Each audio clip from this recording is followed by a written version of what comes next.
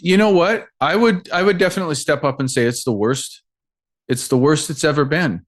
Because here's the thing. People think about communication as the process of I'm going to talk to you. What do they miss with that? Nobody's listening anymore, Greg. Nobody's listening.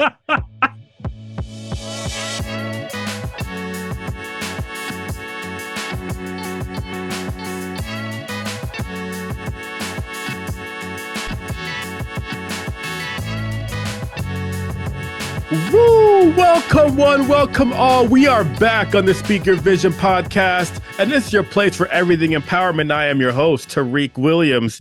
And so we're going to jump right into it today. We're going to talk communication today, all the issues and things that we're going to bring the value today on what it really means. And just communication, because everybody talks about communication, okay? Everybody talks about communication, but we are going to talk today about just some of the generalities and really dig deep and get into the details and what it means to even be an effective communicator. But I am not here alone. So everyone, I want you all to get to know, and we're going to learn a lot from this individual today. Communications coach, Mr. Greg Cleaver. Greg, thank you so much for being here today. Thanks, buddy. I'm really excited to be here. Yeah, absolutely. You say you're excited. What's the what are you most excited about today to talk about, Greg? I think when it comes to the way that we communicate in general, I think there's some huge glaring gaps in this world, and I think it needs to be discussed. I think we have a greater ability to connect, and yet we're more disconnected, and that's an issue. Right. It's a real issue. We wonder why we have fractured relationships. That's why. You know, everyone talks about like, what's the most important thing? Communication. And it was interesting when I came across your brand and everything that you're doing, and we'll get into that more. I was like, wow, how have I never did an episode about communication? Everybody talks about the importance of communication, but what does that really mean? And so to help us set the tone, listeners, you know what we do here. We start off with one word. So, Greg, as you begin to create your own podcast and become a communications coach, what's one word that describes why you started doing this? Connection. Connection. If there were any other word, perhaps it might be intimacy. Okay. So let's connect. Let's stick with connection here. So why connection? Why is connection important? Why was that the first word that you thought of? Well, I consider myself to be a connector. It's something that's always been a passion of mine since I was a kid. I had bad, broken relationships, which we'll get into a little bit later. But this caused like a lot of pain for me because I desperately wanted to try and be heard and seen and understood and connect with my parents. And I just wasn't ever able to. And because of the way things happened in my childhood, it became a lifelong thing for me to pursue connection with other people. And really, that's what it's about. I mean, we have the ability now with text messaging and voice messaging and all kinds of different video chats, FaceTime. We have the ability to connect. But like I said, there's just the art of seeing and experiencing and truly understanding a person is missing. Yeah. It's really, really missing. Yeah. And so connection is really what it's about, like true, honest connection where you're seeing me and hearing me. It's so funny that you say that, Greg, because you mentioned iPhone and messaging and text and audio and all these different ways we have to communicate in the world. But I would argue, and I don't know how you would feel about this, but even though we have so many different avenues to connect and communicate with other people, it might be, I would say we're at a place in the world and place in history where our communication just in general as a world might be at, I don't want to say the worst, but it's pretty bad, would you say? Or what are your thoughts on that? No, you know what? I would definitely step up and say it's the worst. It's the Mm, worst it's ever been. Because here's the thing. People think about communication as the process of I'm going to talk to you. yeah. What do they miss with that? Nobody's listening anymore, Greg. Nobody's listening. We have two ears and one mouth. So we Yeah. should be doing twice as much listening and shutting Yeah. up a little bit more. Yeah. Why? Yeah. Because I need to hear you, see you, understand you, experience you. And I can't do that unless I'm listening to you, Right. unless I'm Right. holding space for you. That's not about Mm. me talking. Hmm. You And know, that's you're what's missing. you're already starting. In my opinion, you were well. First off, I want to say, thank you for not letting me sugarcoat that at all. Right? Like, no, Tariq, it's the worst. You're like, Tariq, I'm Right, not gonna right. let you sugarcoat this. It's the worst, and so we need help with it. So I'm not gonna disagree at all, but we're kind of dancing around this. So I'm gonna go ahead to this next question here Okay. because we're starting to talk a little bit about it. Everybody talks about the problems with communication. And okay, we're having this problem with our communication. We're having that problem with our communication. But in my opinion, when it comes to quote unquote issues with communication, it's not necessarily about what the problem is, it's about what's missing. Do you agree with that? And if so, what do you believe is missing in a lot of communication? 100% I agree with that. What the biggest thing I think that's missing, honestly, is let's just talk about the concept of listening. Okay. Mm-hmm. Most people, when they talk about this idea of listening, yeah, I heard what you said and here's my answer. Right. Mm-hmm. So it's one person says one thing, another person responds to it, another person says something, another person responds to it, and both of them walk away going, but they never really got me. Mm. Why is that? Because they don't take the time to truly be curious. They Okay. don't listen. They don't listen with empathy. Okay. They're not asking questions. They're not being curious. They're not exploring beyond an initial response of what somebody else is saying. And it takes time to hold space for someone and to set aside my initial response and go, okay, let's talk a little bit more about what are you saying here? Let me Yeah. ask you some more questions so I can get fully understand your experience. Yeah. You mentioned the word empathy, Greg, and I have to go down this avenue. Mm-hmm. I so I was watching some TED Talks. This is a while ago, and I actually did a podcast episode about this several months ago about empathy. And a lot of TED Talks talk about the importance of, and TED Talks is a great brand, and I'm not bashing TED Talk. I'm not trying to start any problems. Maybe I'll Right. be on a TED Talk one day. Who knows? Let's hope. But you know what I'm saying? We're not hoping. We're speaking it into existence. All right.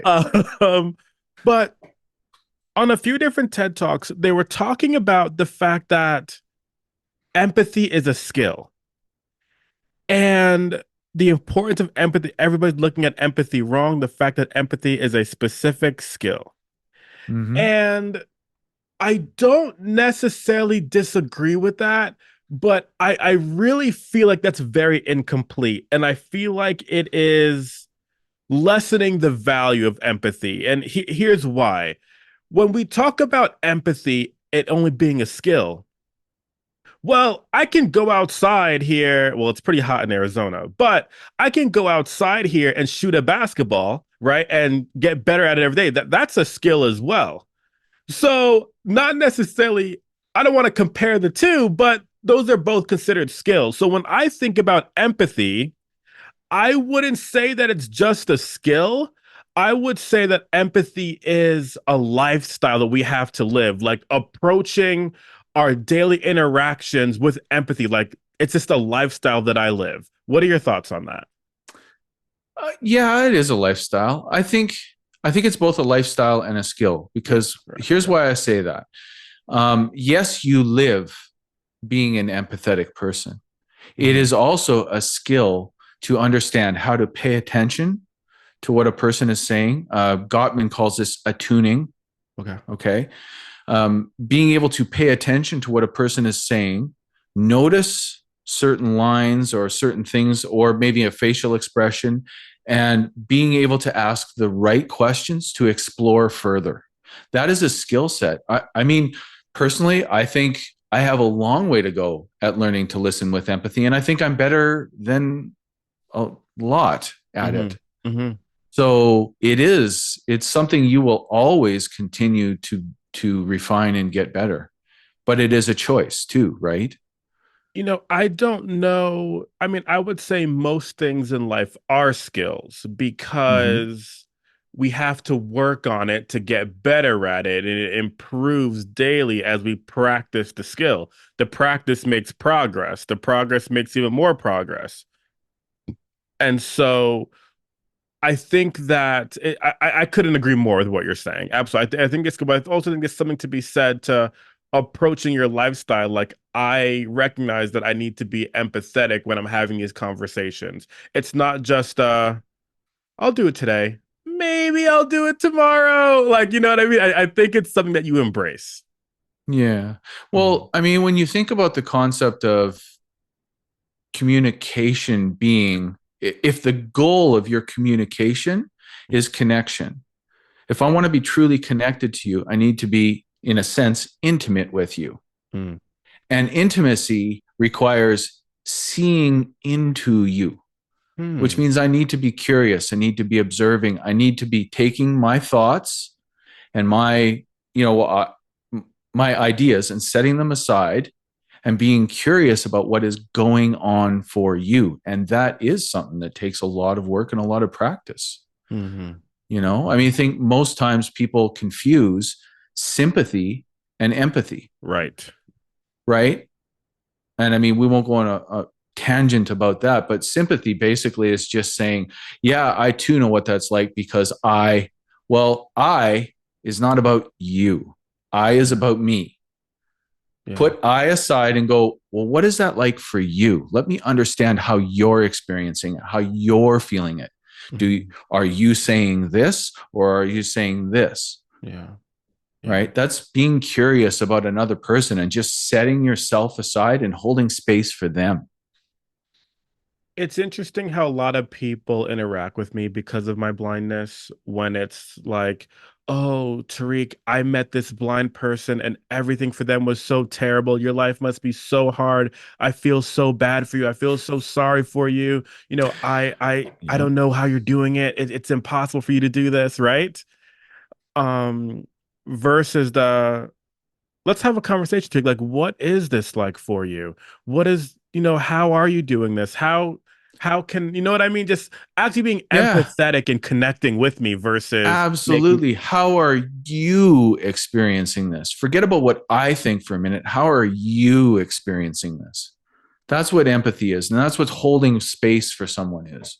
Super important.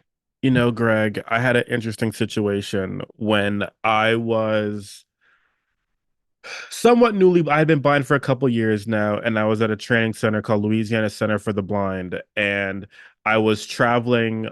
We had an assignment to find an address, and this individual came up to us and said, "Being blind is the worst thing that possibly happened to you. Where are you guys heading to? Da da da da. What are you doing here? You should never be even out here trying to go places." And then he said, I had a buddy, I had a friend who was blind, and it was the worst experience ever. If you're blind, you might as well not even live anymore. And it Wow. was like someone is trying to tell me that my life is worth nothing because of my blindness. Yeah. I think on that day I learned a lot about myself in terms of that communication, but it was heartbreaking to me that people will try to take away someone's worth and how quickly that happens in my brief communication with them. They felt like they had the power to do so because of Mm-hmm. their negative experience. Mm-hmm. And I mean, how dare a person like that project Yeah. their feelings onto you? Yeah. right? Yeah. You might not be welcome to that at all. And chances are very likely in a situation like that, like I wouldn't be welcome to. I don't want to hear what somebody else thinks about my anything, right? I want them to understand what I think and how I feel. Right. And we should be giving that to other people the same way. Yeah. Right? How Exactly. is it for you? How do you experience the world? What are you feeling and thinking? What are your challenges? What do you want to do with this? Yeah. Right? Exactly. And listening to you, Greg, I get a lot of from a lot of the words that you're speaking with, but even the tone that you're using while you and I are having this conversation, I can tell that there is a deep there's like a deep rooted, just for lack of better word, but like a love for the importance of communication. When it comes to communication and you becoming a communication coach and creating this brand, uh, why? Why did this Why? happen? Why did this happen? Good Why did you create question. this? Yeah. So this is where I'll talk about my past. Growing up, my father was very physically and emotionally abusive. And when we sat down for conversations between my brother, myself, and my father, trying to figure out what we were going to do to make things better between us, he would always say, 99% of your problems is you just don't listen. Mhm. So before the conversation even got going and I had a chance to express the pain I was feeling, he was already shutting me down. Mm. So I know what it's like to feel that kind of pain of being completely unheard, completely disconnected. And I have made it literally my personal life's work to learn how to get past that and to connect with people because it's what I desperately want. And I've learned a lot about it. So now I have the skills to be able to say, okay, I understand why you're experiencing difficulty here. I see what's happening. I can help you find the intimacy you're looking for, find the connection you want to be seen and to be heard. How were you able to develop that? And the reason why I ask that question is because with that lack of being unheard, did that create even some habits with you, with your future communications with friends and relationships you had as you grown? Did you ever have problems with it as you grew up? Oh, hell yeah. I am one of the greatest. If I want to fight, I can decimate someone with my words Mm, easily mm, because that's the environment I grew up in. mm, I had to learn to be present with myself, to understand what I was doing mm.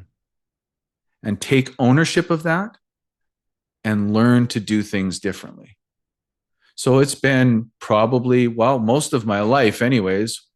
Um, but personally, like really working on myself and personal development, probably the last 30 years. Wow. Wow. Okay. So you're taking an interesting turn here, because I think that a lot of people, when they are thinking about communication and communicating with a spouse, a partner, a friend, that person just doesn't know what they're talking about. Like it jumps to it's that person, it's that person. But it seems like you're starting with self first. Is that how it starts to be able to have a communication with another person? I wouldn't say that it's necessarily how it starts. Well, maybe it is. Maybe arguably it is, because here's the thing. I'm sitting in a conversation with you right now. Hmm. Okay. If I am not present to how am I listening to what he's saying? How am I reading his facial expressions? How is it landing for me? Am I reacting to this? Am I being triggered by something he's saying to me? Okay, how should I respond to this? Should I immediately jerk back with an answer? Or should I go, I'm being triggered, or this is making me anxious and scared, and sit with that and choose a different response? There's a lot of presence of a person and being present with what is happening for them emotionally and mentally, and choosing and directing how your process goes.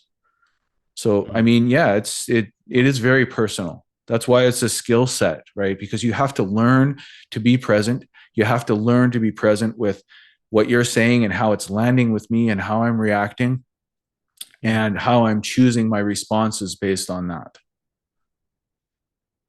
It's interesting because you could be in a job interview, and I always hear like, "Oh, what are some strengths you have? Oh, I'm a really good communicator." But I don't know if I don't necessarily always know what that means because I don't know if people are thinking about the importance of listening when it comes to communication. So when you hear someone say that they're a poor communicator or a good communicator, what are some things that are rolling around in your head? And as you begin to answer that question, I mean, I'll tell you, similar to what you just said, I'm listening to how you're saying different things and knowing how to respond as for this interview. So, good communicator, bad communicator. What are some things that you're thinking about when someone uses words like that? I think a good communicator has not only the ability to um, be clear and succinct and concise with what they're saying to somebody else. Okay. And I think most times when we talk about communication, that's the first default that we go to. How well can you articulate yourself? Mhm. But does that build understanding? Because communication should be a two-way exchange of ideas, Mm. right? Which means I need to be able to receive you as well as communicate me. And I think there's a lot of people that talk about being good communicators who can talk well, Right. but Right. they don't listen well and they don't hold space well. Mm. So we've come across this word listen a few times. What's Mm-hmm. the balance between the speaking part and the listening part when it comes to communication? So I'm not really sure exactly what you mean by that. Yeah. So we've used the word listen a few times and recognizing that listening is the piece that's missing quite a bit. Mm-hmm. I guess when you're having a conversation with someone, when do you know when to pull back and listen or when to give more with your voice and speak a bit more? Like, how do you, I don't want to use the word judge, how do you assess what How is do I needed assess? for that Okay. particular conversation? That's a good question. That's a good question. See, my default a lot of my life was I get in a conversation with you and I talk. I got to Mm, get my point across. I talk, right? Because that's what my father did with me growing up. He was the first one to speak and the last one to speak, and everybody listened to him first. yeah. What I tend to do more, or what I tend to try and do more when I'm having conversations with people, Mm, is I tend to default to, okay, in the exchange of ideas, let me sit with and understand and experience you first. I'll ask questions. I'll make sure I've got some good clarity. yeah. And then when I feel like you're ready, I might tell you, I might share with you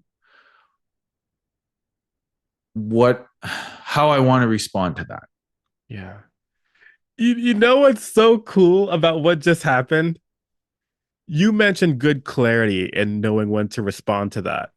But you literally just did what like you just said. And the reason I think that's so cool, I have to point this out. I think it's so funny. I asked you this question that was coming to my mind and I asked it to you, and you said to me, Trig, can you please ask that again? I'm not getting it right. And then I clarified and was able to ask a more succinct question. You just turned me into a better communicator, Greg. I appreciate Yeah. it. Awesome. That's the whole point. Yeah, That's the whole point, right? yeah, We need to get better at this. We need to get better at understanding, like, what are you saying to me? Because 9 times out of 10, most of our misunderstandings come from you say something and I think I got what you say and I respond to it. yeah. But do I really even understand what you meant by the words you chose? Probably not. I understand what I think you meant, and I'm Right. responding to what I think you meant, but that doesn't mean that I've truly experienced what you were actually trying to get across to me.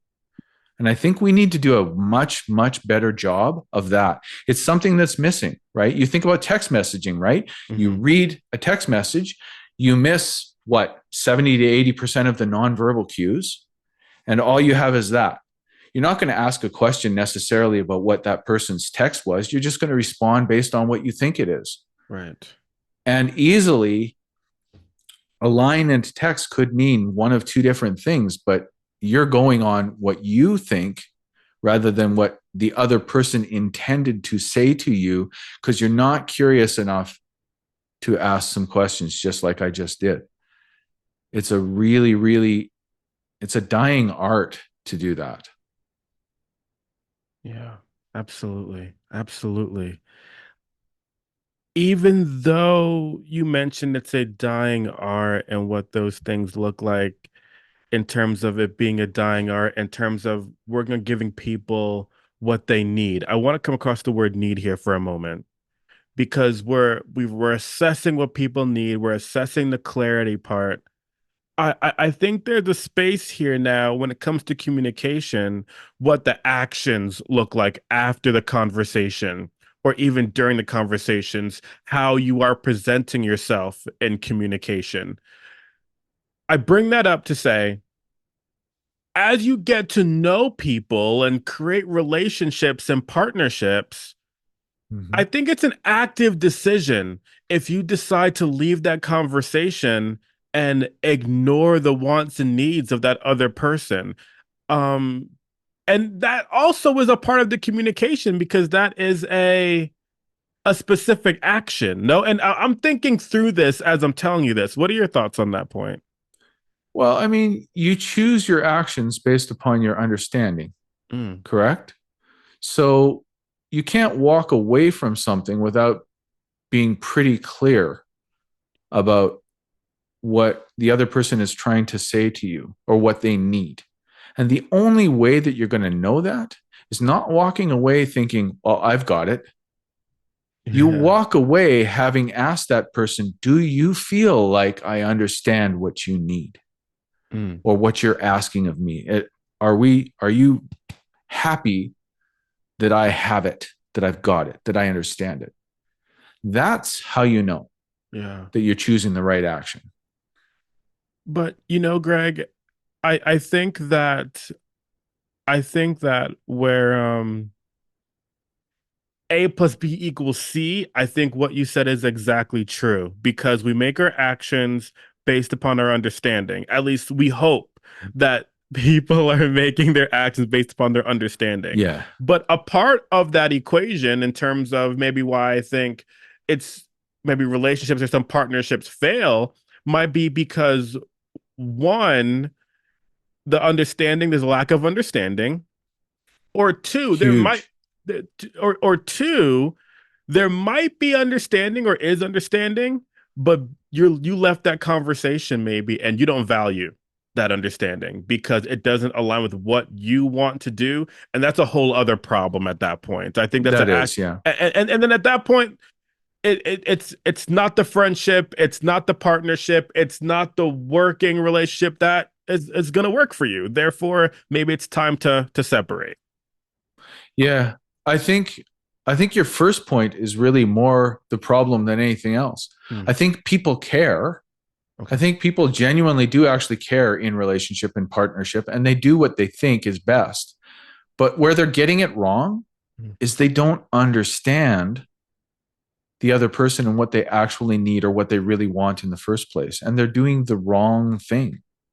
That is something that I have really wrapped my head around a lot over my, and I've had a few failed relationships. I've been married twice and twice divorced, Hmm. right? So I've got my time in learning this stuff.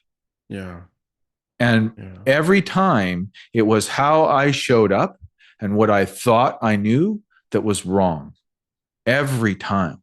Wow. Okay. Wow. And around we come to let me understand your experience and let me be clear about what you need. Because when you do that, man, you'll find yourself in conversations with people going, Okay, I'm not quite getting it. I'm not quite getting it. I'm not quite understanding. Hmm. You know, Yeah. sometimes it takes a long time to really, because a person is trying their best to articulate it, and maybe they don't understand for themselves. Yeah. That's part of the problem, but you won't know that they don't understand if you're not paying attention to them and helping them gain clarity for themselves. Right. Right. Absolutely. So, do you find, Greg, for different situations, I want to, you make me think about the word versatility here for a moment. Okay. Do you find for different friendships, partnerships, relationships, boss, friend, etc., do you find that you have to change your communication style for these different situations? Or should there be a certain mindset that is the way, that's how it should be? Um, I don't know that there's a certain set of steps that you have to take. I Hmm. don't know that there's a certain style. I mean, there are communication styles out there that, people will say, depending on how you're who you're talking to, you should have a certain style for communicating to them.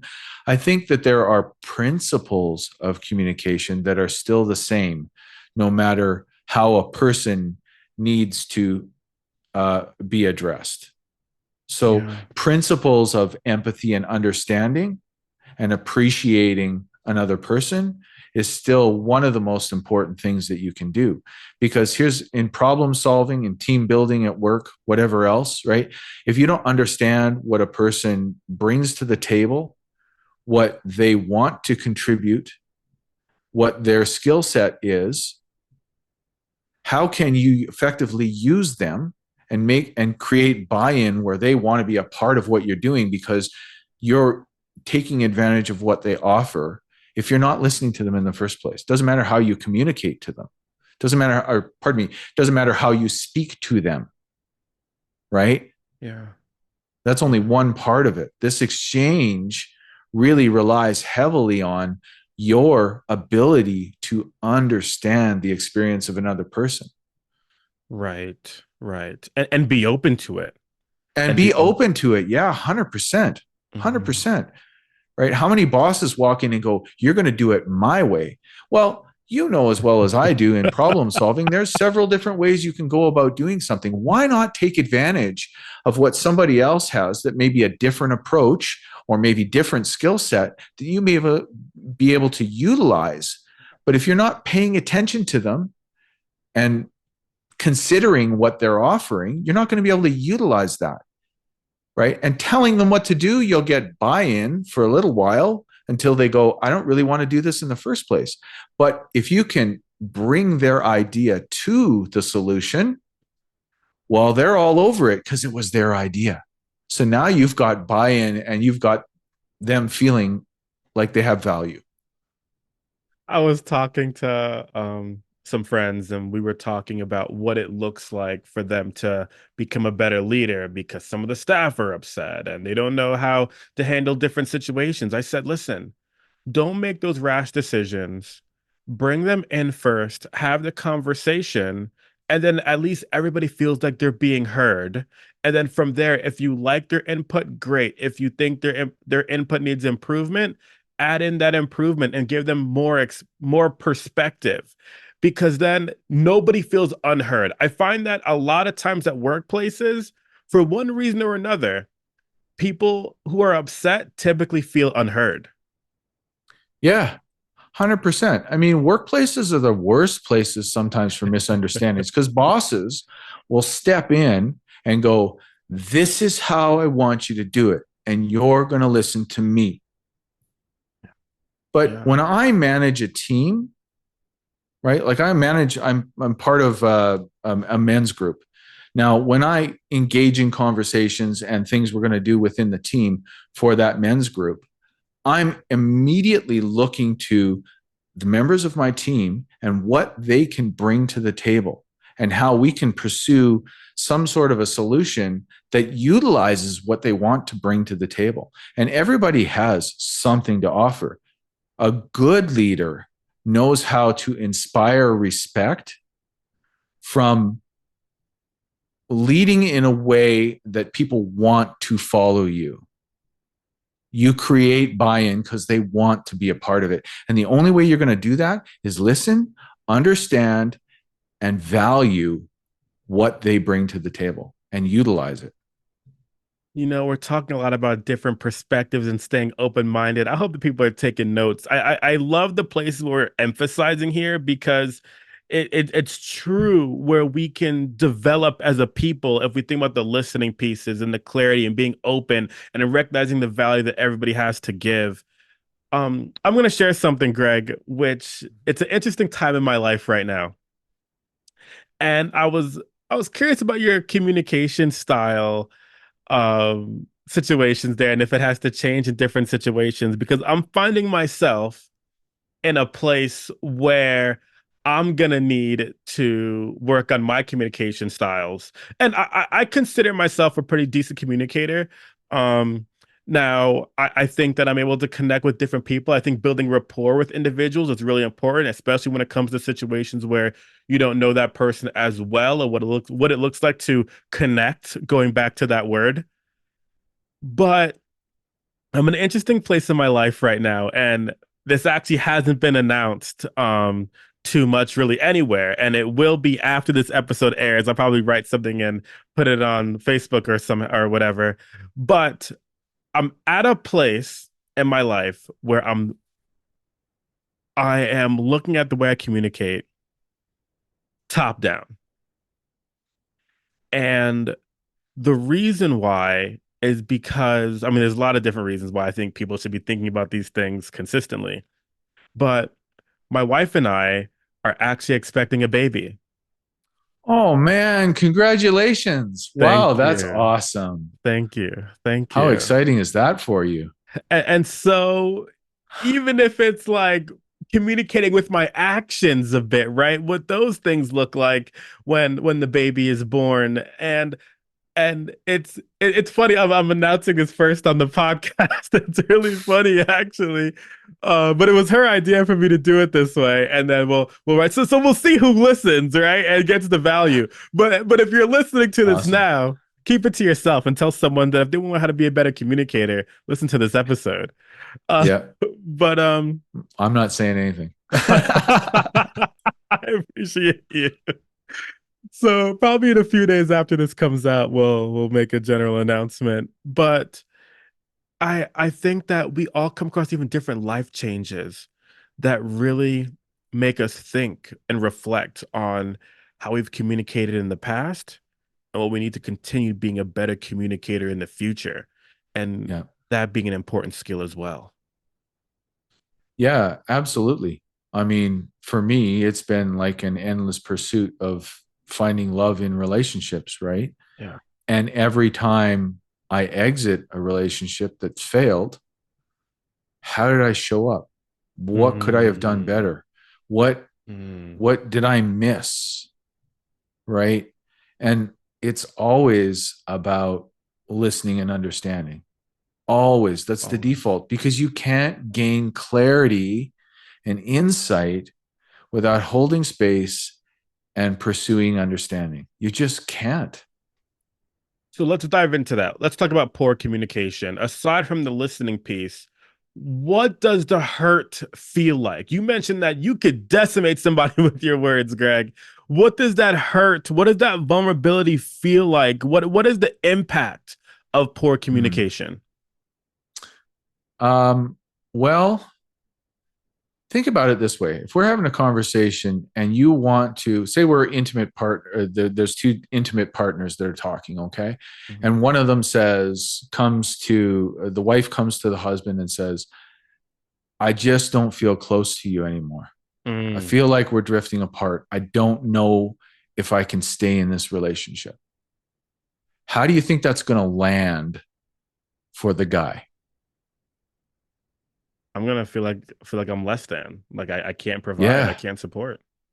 Yeah. So you're going to be heavily triggered. You're probably going to feel very threatened. You're going to have an emotional response, Is there somebody right? else? Yeah. You're going to What happens 9 times out of 10 when you get in those situations?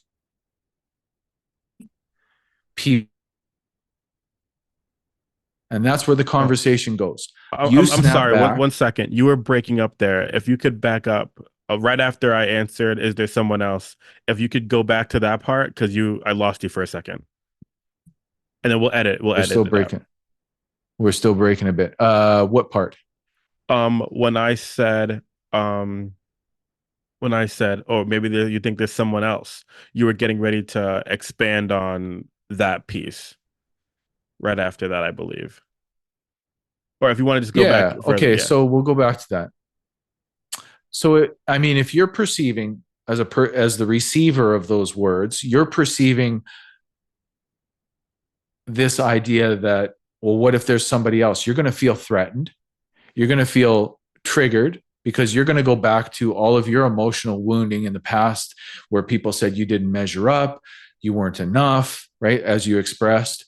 And chances are likely, if you're not present with yourself and what's going on, you're going to respond by, or you're going to react in your communication, right? You're going to retort back a reaction in which what's going to happen is the other person now is going to react back and forth. And you go into this argument where people are just snapping back and forth. Well, what eventually happens in that environment? Both partners disengage, shut down, and now they've got the pain, the original pain that they tried to share that was not heard, and they have the additional pain of what has just happened, right? Yeah. And this is how poor communication can really take two people who are experiencing difficulty and make it so much worse. Because you do that now over time repeatedly. And what happens to that relationship? What happens to that connection? It breaks down to nothing. And you have so much more difficult time at that point trying to repair and rebuild and re-bridge that gap. It's like you're reading my mind. Um, because I'm reflecting on the announcement I just made with you and what it looks like to once again build those bridges and what it looks like for me to build a bridge with this new life I'm also bringing into the world that we're also bringing into the world. And your brand, Bridge Builders Initiative. I think about when people think about communication, I think they stick strictly with connection. They stick strictly with just talking, but they don't necessarily think about the fact that I'm building a bridge. Tell me about Bridge Builders Initiative and how you came up with that name for your company.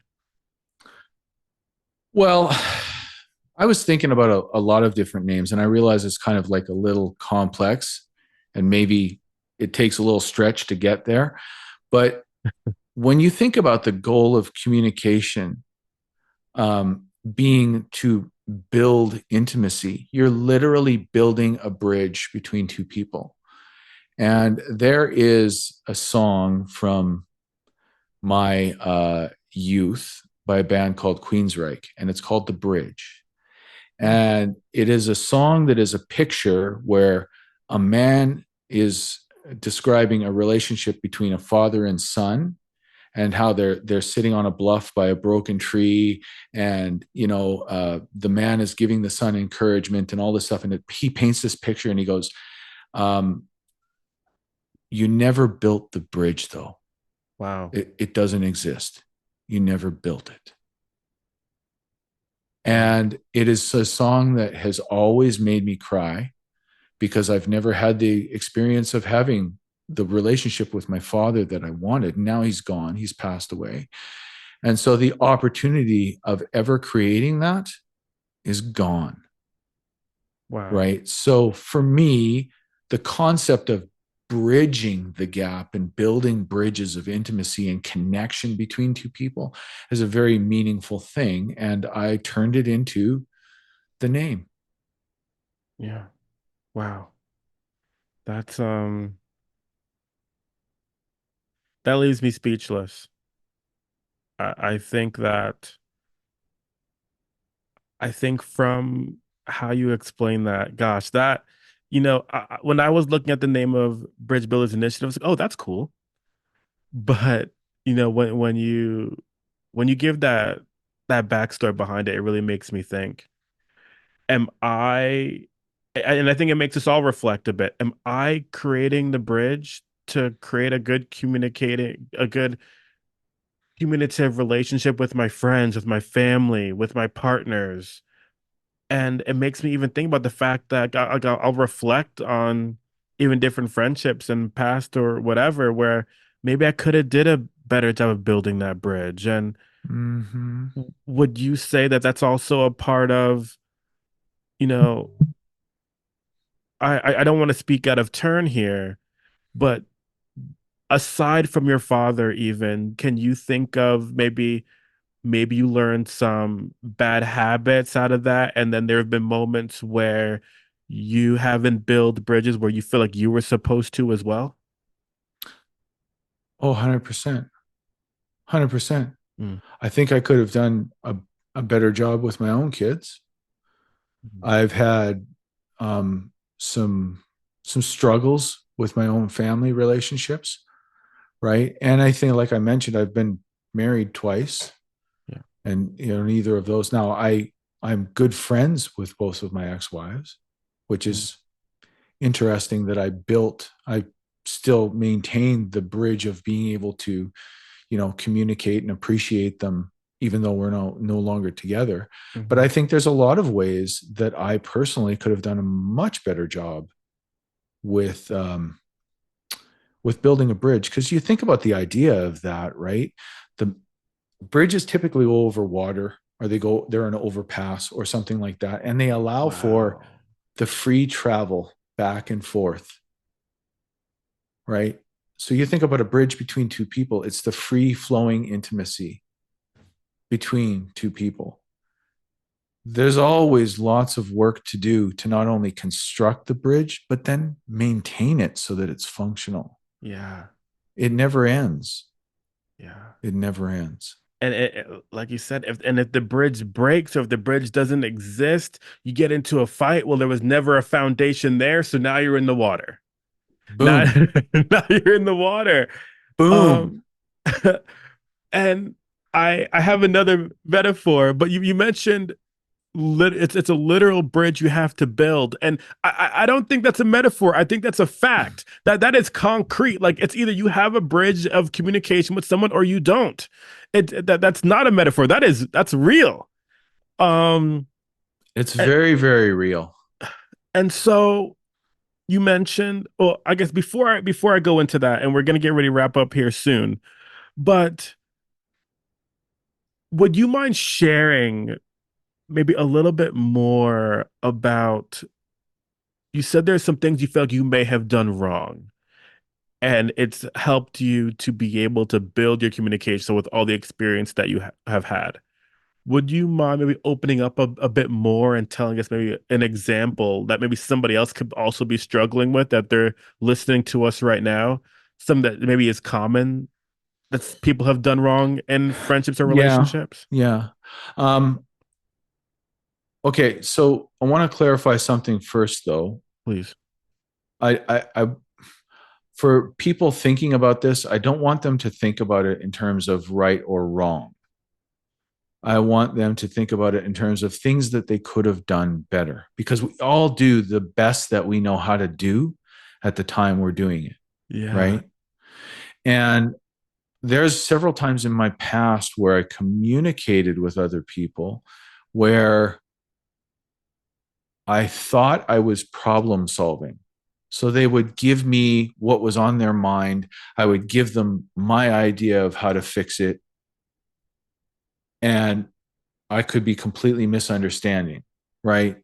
One of the things that I do better now that I didn't do very well when I was younger was just this concept of listening with empathy first. I want to make sure that I really walk a mile in your shoes and I really get you, right? From a biblical point of view, it's being slow to speak and quick to listen. Wow. It's super important to be like I said, 2 ears, one mouth, right? Twice as much listening and less talking, because the process of what is best requires discernment. And you can't have discernment without understanding, which requires listening. So I think, the idea of you say this and I respond back with this idea, and then you bring this and then I respond back with that. That's a cycle that's really easy to get into. Mm. But when someone says something, if you take the moment before you quickly retort back with your response, if you take the minute to go, okay, you just said this. Did you mean this? Did you mean that? How are you feeling about this? Let's give me a little bit more understanding. If you take just that extra time that it takes to do those things in conversations, your ability to create intimacy and to create understanding and cooperation goes Mm. up exponentially. And I had to learn that the hard way, because my father responded and reacted in anger to everything I said all the time. My mother did the same thing. I learned it very, very well. And it took a lot of years of failed, frustrating conversations and the pain that comes from, I don't understand. I'm talking my ass off and nobody understands me, Yeah. because I wasn't taking enough time to actually listen to anyone. Wow. Wow. I that's powerful, Greg, and I love how you started. It's not necessarily even about the right or wrong. It's about what you could have done better. Yeah. I love that, man. You got me reflecting. I know a lot of you are listening to the podcast right now. I'm here smiling from ear to ear while Greg is talking. He's like, why is he smiling so big? But I'm like, I'm excited about what we're talking about. I'm excited about the value that's being given right now. And I really think that this is something to think about in all of our friendships and relationships. Would you agree, Greg? 100%. Yeah. 100%. And that's why I say it's not so much about, a style of communication. It's about principles and ideas. Yeah. What can I do better to experience you, to understand you? Because pardon for lack of a better way of saying this, any fool can offer an opinion, right? That's a But fact. how well do you really know someone Yeah. unless you take time to hold space for them and understand them? Yeah. Yeah. Yeah. Absolutely. Absolutely. When I think about my coaching programs and my one-on-one coaching, I really need to get to know my clients before we really start diving into some of the tangible actions and moving forward. I don't want to give you any cookie cutter or one size fits all, because I recognize that we're all different people. So I think everything you just said is so important, and it really holds true and holds strong to my values. And Greg, that's really one of the big reasons why I wanted to have you on. I've been seeing you on Instagram a bit and checking out your podcast. It's brand new, and it's been fantastic. And I could tell that we're in alignment. Awesome. Well, I appreciate that. I'm really glad you had me out for this conversation, because it's been a good one. Um, it's getting me in touch. Before we go, I Yeah, have two more questions. sure. You mentioned the hurt, you mentioned the pain, you mentioned recognizing that you've done wrong. We've talked about the bridge, okay? And recognize when the bridge breaks, when the bridge doesn't exist, you fall in the water. But then you also mentioned, Greg, that you have, pretty good relationships with your ex-wives and some of those past relationships. How do you throw out the life jacket? How do you make amends to these relationships here and be able to be at a place where you can create and have closure for both of you in terms of, or anybody in terms of any type of communication? But what does the closure, what does the life vest, what does the amends look like? Hmm. Well, outside of the communication process, it really requires forgiveness and acceptance on my part. Okay. I had to forgive and come to terms with. And I mean, there's a lot of people out there that sever relationships and Mm, move on. mm, And that's mhm. fine. I'm not saying that that's the best way or the wrong way to do it or whatever else. I'm just saying that um, the problem with just severing something is it's kind of like a death. It leaves you with unfinished business that's there. Yeah. Now, I was married to a woman for 14 years, and we're now still decent friends. I mean, we have boundaries and there's respect over our relationship has changed, but there's still an appreciation for what we brought to each other's lives. Yeah. There's still a respect for the individual, and there's an acceptance that we didn't fail, we just weren't right for each other. And I think that taking the time to understand that, and that took a little bit of communication, a little bit of talking, a little bit of understanding, a little bit of acceptance, all of those things, lots of forgiveness. And I think there's value in that, right? There's Yeah. value in that for beyond personal relationships. I mean, there's value for that in the world around us. If what would it look like in a world if we did more of that and less keyboard warrior reacting? User 5834679 says, Right? Says I don't really care because he doesn't listen to me at all. right, right. Oh, that's funny. Wow, Greg. So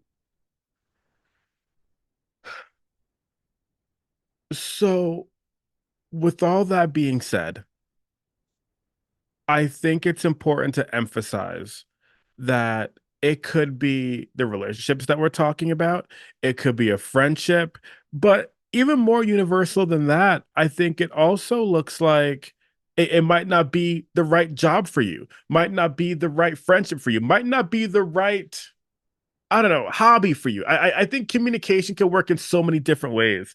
I think sometimes it's even a communication with yourself to be like, this isn't working out, or communication with the other entity that's not working out. And so I think that what we're talking about today isn't only about one person to another person. It doesn't have to be a relationship, but it could be a workplace. It could be a friend, a family member, etc. Would you agree? Yeah, could be somebody you meet that's having a bad day, that's walking into a coffee shop before you and is dropping stuff on the floor, Yeah, and you're, oh, is everything okay? Is there anything I can yeah, help you with? Like, even just a moment to go, wow, you're obviously having a bad day. If they snap at you, yeah. if I take a moment to understand their experience, I might realize that there's probably good reason for this. Exactly. Perspective, right?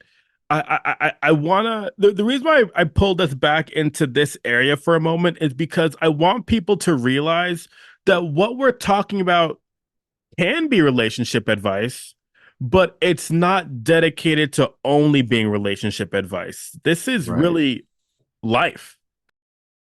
It absolutely is. It's daily life. We encounter people Yeah, in daily life, in daily life. right?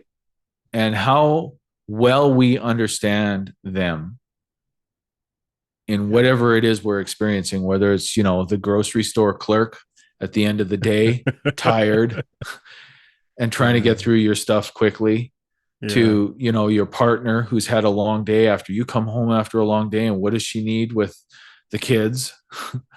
Right. To your team at work, and they're all coming to you with their own challenges and their own struggles, and they can't figure out how to work together. I mean, Yeah. communication is really the exchange of ideas for the purpose of understanding, and creating understanding is intimacy. We don't think of it in those terms, but that's all of what it really is. Right. Right. Absolutely. This has been amazing, Greg. Before we go, Greg, what's one word you want to make sure our listeners leave with today that could be something that they can take with in their communication and moving forward? What do you hope that people got from this episode today in one word, and why?